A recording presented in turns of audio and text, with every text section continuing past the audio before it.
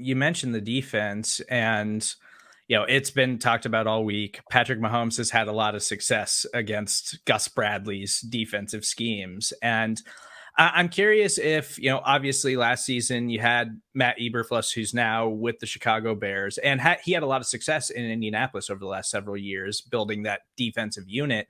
How Yeah. much of the early season struggles are you putting on the absence of Shaquille Leonard, who is back at practice this week? Seems like he's got a good chance to play.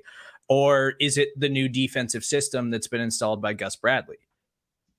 Yeah, I'm going to go with the latter. It's the system. I don't know what this defensive identity is. Like, I don't know what they're trying to do. With Eberflus, it was, keep everyone in front, avoid the big plays, stop the run, force field goals in the red zone. And that worked when it was working.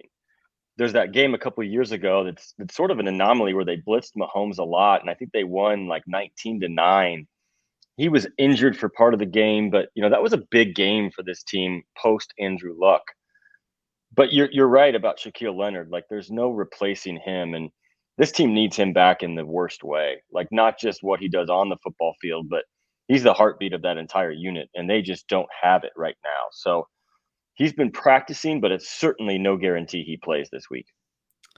Yeah, and I do think that he can be that kind of difference maker. And we're only going into week 3, but it already kind of feels like it's like a back against the wall kind of game for the Colts and Frank Reich and Chris Ballard, and with the way that it's gone through 2 weeks. But moving back to the offense, you mentioned the offensive line, and it is the most expensive in football, but that the right side of the line has been a particular issue for the Colts so far, and also they chose not to invest in the left tackle position after letting Eric Fisher go into free agency. He's still a free agent out on the open market right now, but they brought in former Eagles offensive lineman Matt Pryor. Has Pryor been just as big of an issue on the left side as the right side of the offensive line? Yeah, he has. He's been a problem, and we saw this in training camp. He just doesn't handle speed well. He's not a tackle. He's a guard, and they moved him out to tackle. And I think he had one career start at that position before this year, and they just kind of said, "We're going to hope this works." And the problem with that is if it doesn't, then where do you go? And they've got a rookie in Bernard Ryman who's hurt this week. I don't expect him to play. He was sort of the backup, but with him hurt, it's Pryor right now, and he's just not getting it done. And Matt Ryan is not a guy that's going to be able to overcome offensive line issues, not at this stage of his career. And that was actually going to be my next question.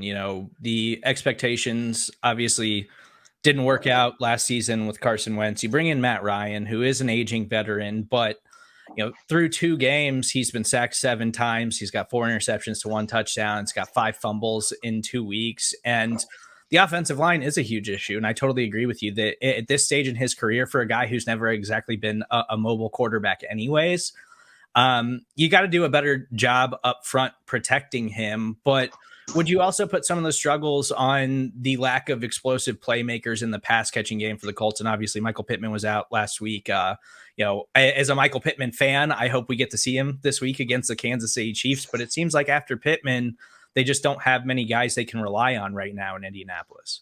They don't.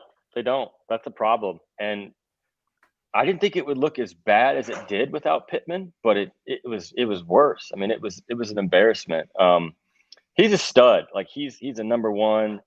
The Texans simply could not guard him in week 1, and he put up 120 on 9 catches, and he was the guy. It was him or everybody else. And without him on Sunday, here's the problem: when your best player is a running back, the defense can key on the run game, and if you don't have any threats on the outside, these guys weren't getting separation. There was one play Matt Ryan literally went through 3 progressions and couldn't throw it because these guys weren't open. So, maybe this changes, but right now they don't have a good receiving core. Probably the thinnest in the league. Paris Campbell, Mike Strawn, Desmond Patman, Ashton Doolin. Like, do those names do anything for you? Like, yeah. So it's really a 2-headed monster right now on offense. And if you shut down Pittman and or Taylor, you're going to have a pretty good chance to win.